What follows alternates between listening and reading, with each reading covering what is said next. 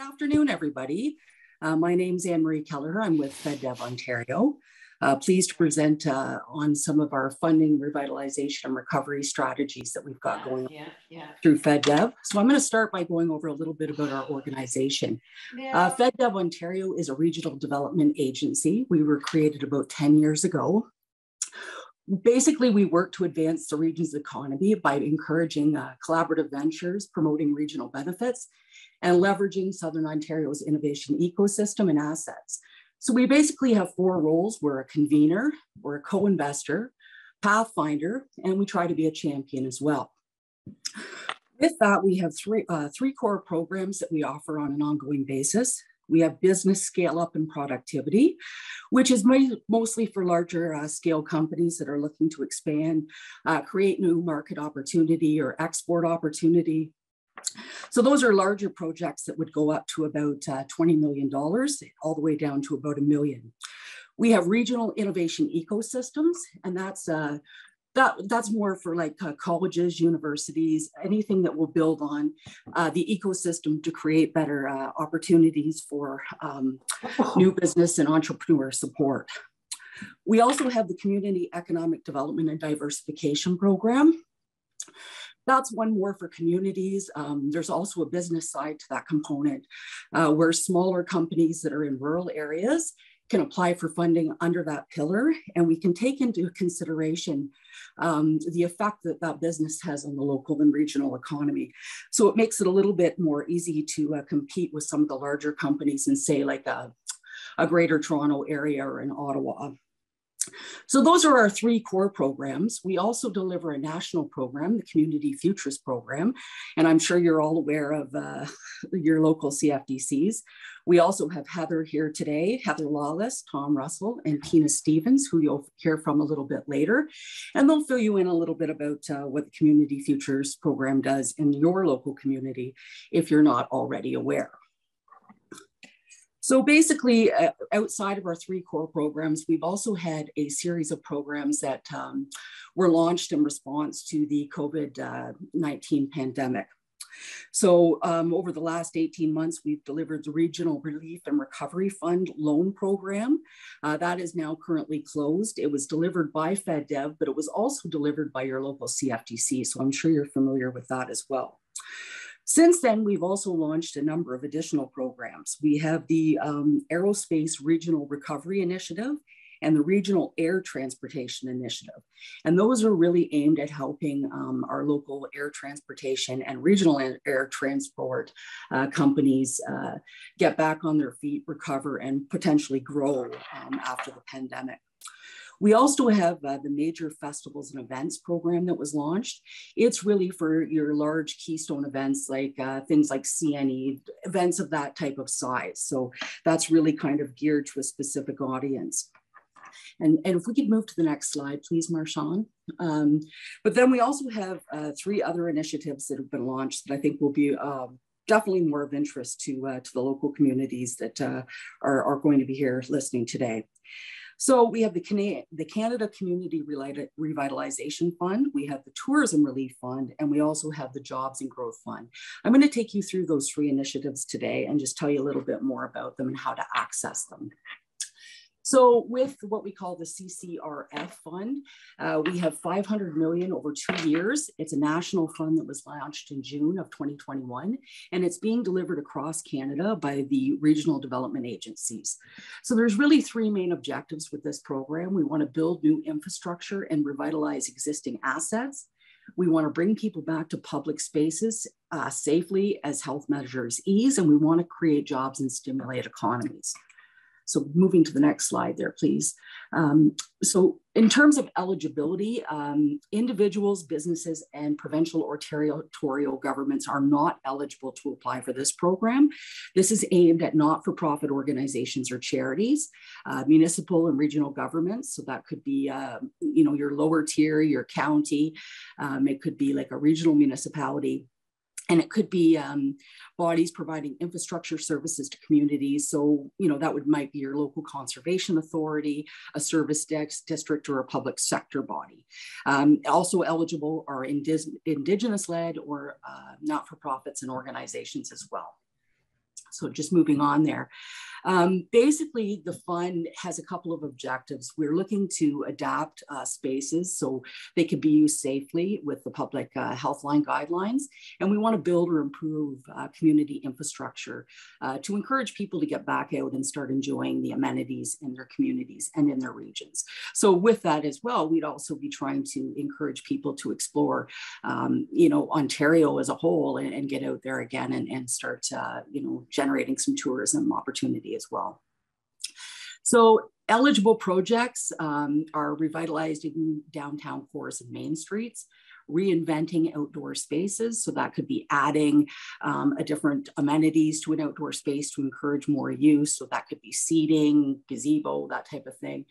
Creating green infrastructure. So anything that would build upon a current asset or a new asset, but maybe a more energy efficient or some type of new technology that would promote better use of energy consumption for sure. And then again, increasing the accessibility of community spaces. So that could be, making things more accessible for people with mobility issues.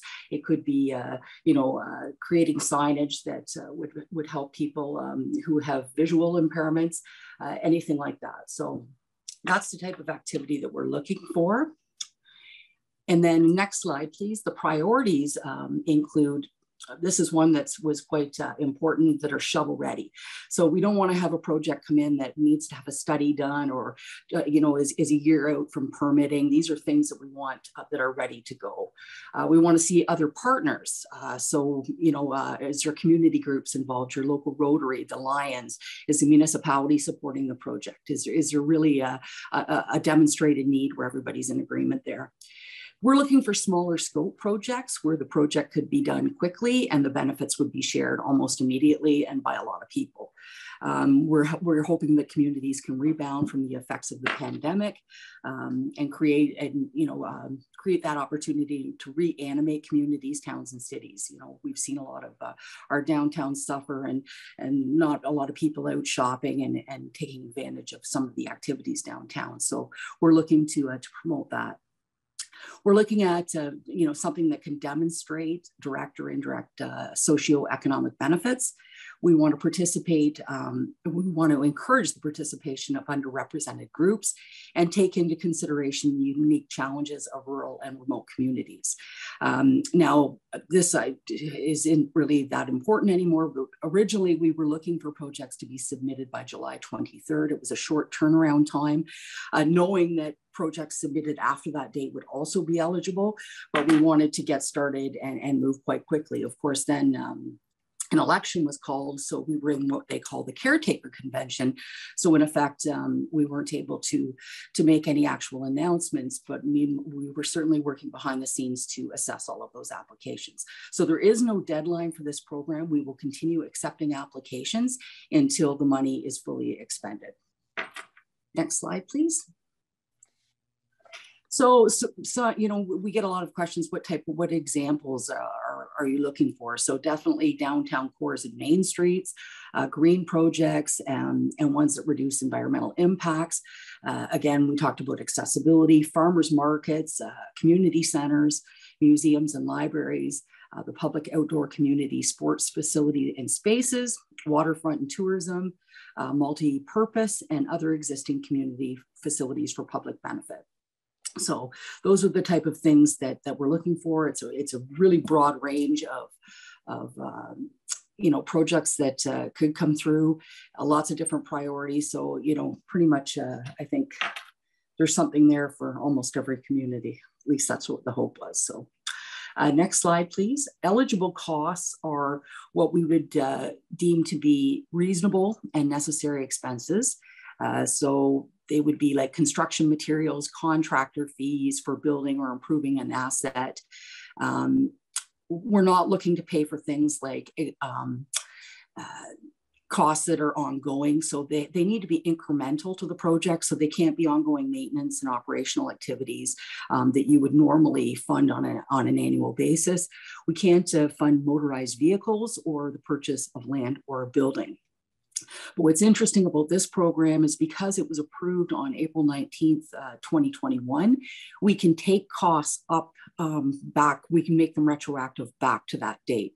So even if your project wasn't approved until March, if you had expenses associated with that were incurred prior to April 19th, we would be able to reimburse you for some of those as well, as long as they're eligible. So that's kind of a key piece as well. So again, there could be projects that you apply for that are mostly complete that would still be eligible if it fits under the actual program priority sectors. So next slide, please. So in terms of the funding terms, you can apply for up to 75% of the total eligible costs. We can contribute up to 100% if it's a project with an Indigenous group. Recipients could receive up to a maximum of $750,000. So again, these aren't huge projects, but there's certainly that's certainly a good amount there.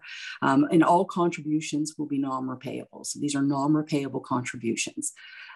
We do look for a certain amount of, obviously, the 25% in applications that maybe are able to provide a little bit more of that are always looked upon favorably as well, because it demonstrates that the community is on board with it and other partners are taking a stake in the project as well.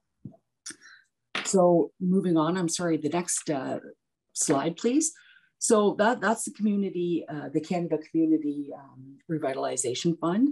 The next one that is part of our toolbox right now is the Tourism Relief Fund. So this one is also $500 million over the 2 years. Again, it was launched in July 2021, and it's being delivered by all RDAs across Canada. And we have $50 million that is specifically dedicated to Indigenous tourism initiatives. So with this program, we're looking to support tourism businesses and organizations, to adapt their to the public health requirements, but we also want them to invest in products and services that are going to facilitate their future growth. So taking into account the realities of COVID-19 and that going forward, but also looking to how we can help them grow and expand their business and take advantage of any new opportunities. So again, we're trying to position Canada to be a destination of choice, when both domestic and international travel is safe and popular again. So we want to empower tourism operators to create new or enhance existing tourism experiences and products. And we want to help the sector reposition itself, to get back into the international market and also the domestic one as well. So next slide, please.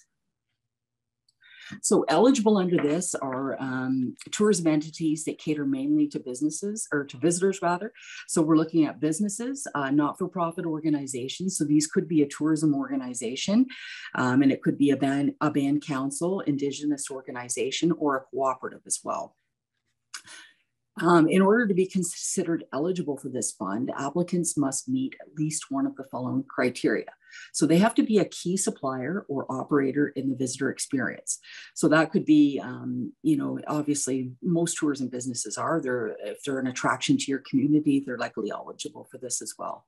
So they need to be part of a defined tourism cluster or a tourism dependent community, including supporting downtown cores, or they need to provide an anchor product or service in a tourism destination. So I think pretty much all of Leeds and Grenville would qualify for under that eligibility criteria for sure.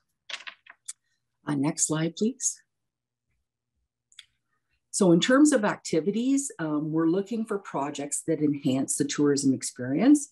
We want to help businesses adapt to the new normal and modernize their offerings. So that could be, adding additional space outside for patios, patio heaters. It could be, making activities, allowing more space between people for activities as well. I think that's going to be something that probably isn't going to go away over the next few years. So how can we, help businesses adapt their current facility to that type of new reality. And again, environmentally sustainable and inclusive practices. So that's also something that would be eligible. And then for destination development, this is more for the tourism organizations that are working on behalf of the tourism businesses, but we're looking for projects here that would position communities to take advantage of, the opportunities post-pandemic. And so that could be through strategic planning for medium to long-term investments, as well as supporting development prospects in line with objectives set out in the federal tourism growth strategy.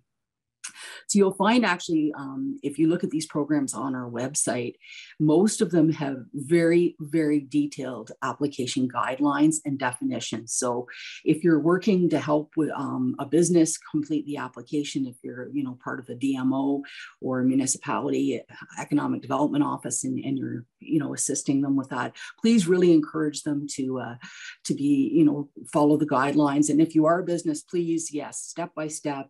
They've been very well lined out, and it pretty well details what exactly it is that we're looking for. Again, because this is on a national program, we're all trying to, all the regional development agencies are trying to look at the same factors in selecting projects for the different programs. Next slide, please. So the funding terms here are a little bit different than for the Community Revitalization Fund. There's two types of contributions for a business.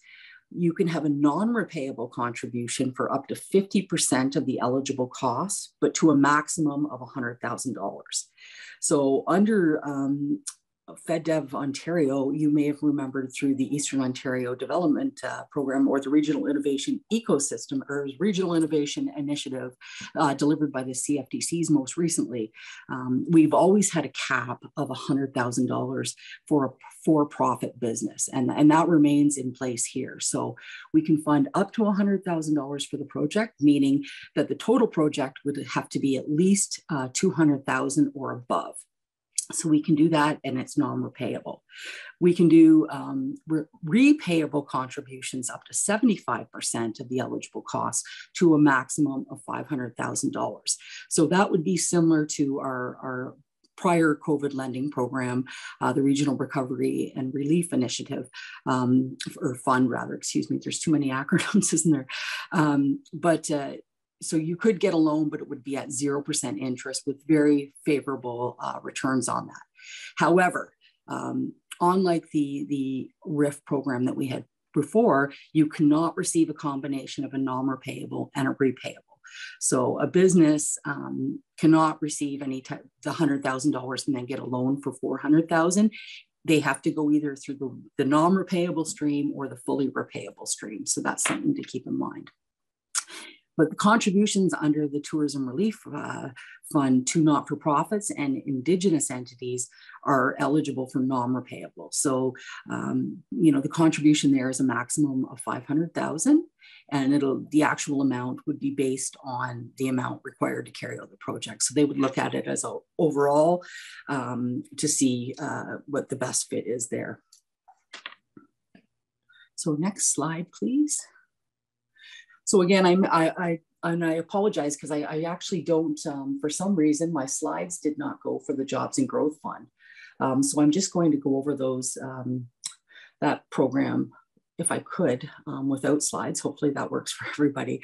So the Jobs and Growth Fund is basically being delivered by the regional development agencies as well. It's $700 million nationally over 3 years.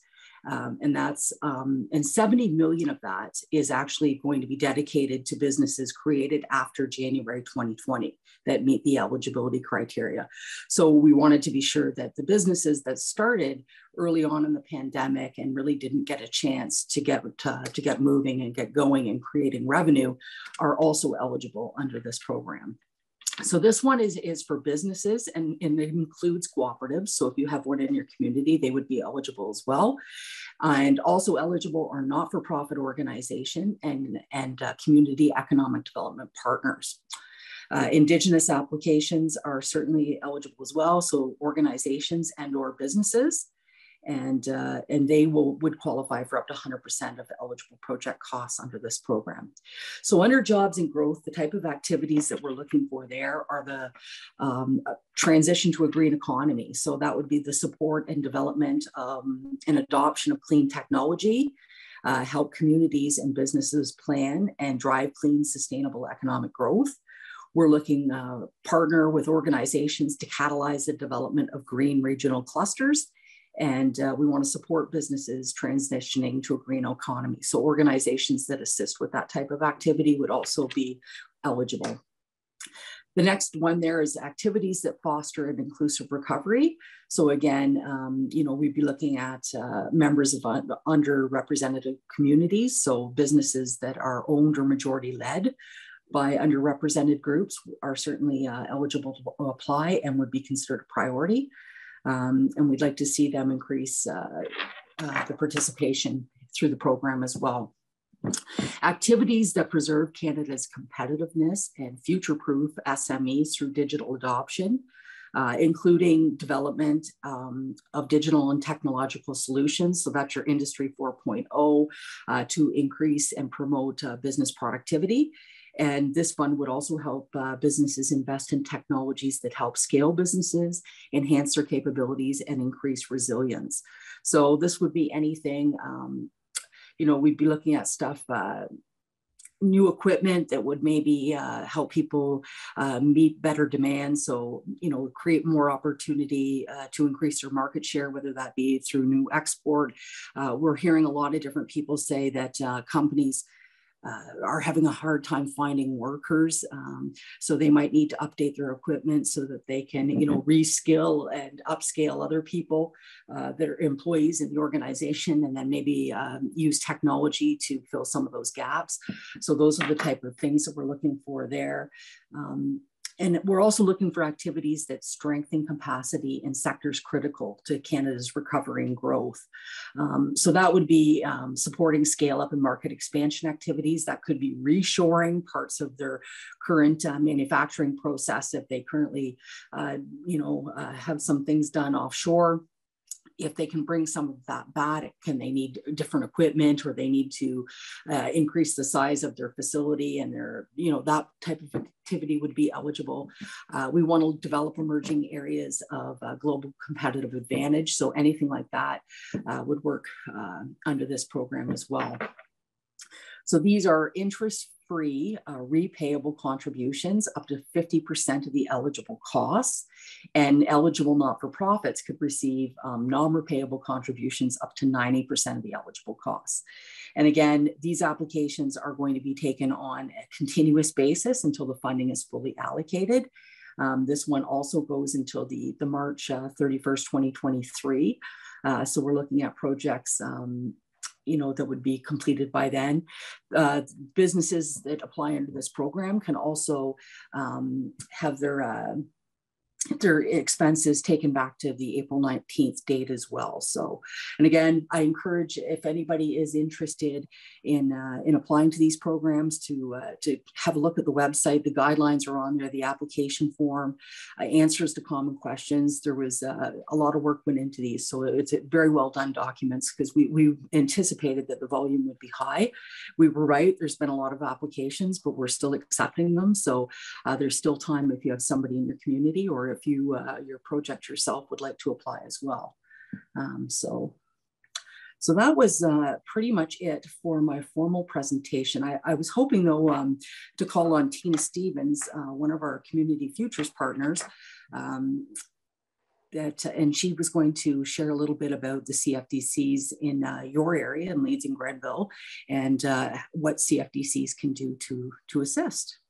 So over to Tina, one of our great partners in the program for sure. Thanks, Anne-Marie. Just want to do a quick test and make sure everybody can hear me okay. Can I get maybe a thumbs up, Anne-Marie? Can you hear me? Yes. Yeah, okay, perfect, thank you. So hey everybody, like Anne-Marie said, my name is Tina Stevens. I'm the Executive Director from Valley Heartland CFDC, and also mentioned is joining us Thousand Islands CFDC and Grenville CFDC with Tom Russell and Heather Lawless. CFTCs, in partnership with FedDev Ontario, offer business and community support services. We have a long-standing history of providing support and funding on behalf of FedDev Ontario. We provide access to capital and support through localized financing, grant funding, learning and development, and advisory services. Our access to capital and support through localized financing for small and medium-sized businesses and social enterprises offer flexible loan solutions with flexible repayment terms and monthly payment management. We also offer special loan programs that respond to the needs of our community and local economy, such as the RRF program, which was mentioned earlier. We kind of realize that it's never a one-size-fits-all approach. And we know that businesses, in order to be successful, support has to go beyond a transaction. So for that reason, we also provide ongoing free advisory services. We offer that for new startups, for innovation, business development. It's also provided directly to the business community. We also offer community economic development services through community strategic planning, socioeconomic development, and support for community-based projects. We've worked with all of our local municipalities in each of our catchment areas throughout the years on developing strategic initiatives and just trying to further their economic position. We also realize that we must always kind of balance current and future needs and try to be mindful of our changing economy. So we try to evolve with businesses and our support that we offer. And we do that through the strategic planning that we provide also for free, like many of our services. Individually to the Valley Heartland office, we have a newly renovated innovation center, which was supported through FedDev Ontario funding. So we now have a 5,000 square foot hub for businesses and economic innovation. The center provides a one-stop shop for accessing capital, support, and training. And it's an environment basically for unconventional and actionable economic development projects. We have a 1,400 square foot training room now. It's equipped with 164-inch TV media wall, wireless virtual reality, a digital media lab with the latest technology to create digital media content.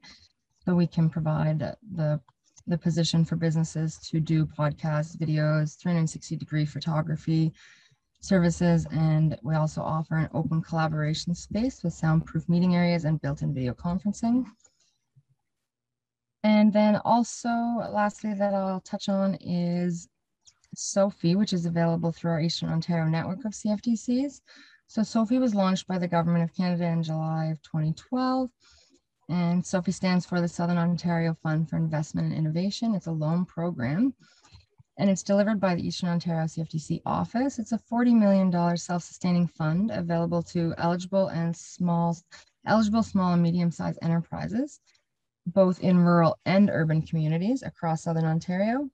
And it's designed to support high growth and innovation and offers loans of up to $500,000 to support all aspects of growth. Just in closing, I'll quickly say that we do have a long history of delivering programs and partnering with FedDev Ontario, and we are all very excited about the new programs that Anne-Marie just touched on to all of you, and very excited and looking forward to what's next. And if there's anything maybe that Tom or Heather wanted to add.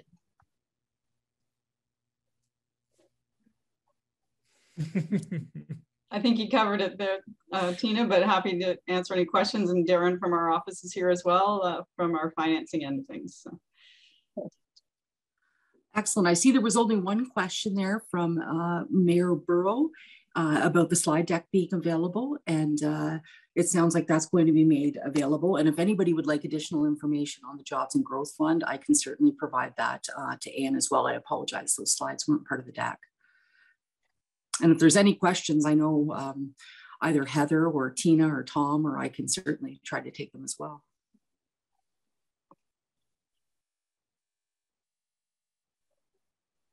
Okay, maybe we're good. I do have I can now, yes. Sorry, I was on mute. I have a question. Sure. Shouldn't we have a 45-minute session celebrating Heather Lawless's accomplishments, considering that she's retiring shortly? It would take longer than that to talk about. Yes, it would. We'd need multiple days. Well, thank you very much for recognizing that, and for Ann Weir recognizing that earlier. That was very kind of her, and it really is, it's been my pleasure. So thank you, Tom. For sure. That's good. Well, I do have a message here from Ann Weir that participants in this sessions are asked to please return to the main webcast window for the final closing remarks and the announcement of next year's date. So I thank you for joining this session today. We appreciate it. And please let us know if you have any questions. We'd be more than happy to answer them for you.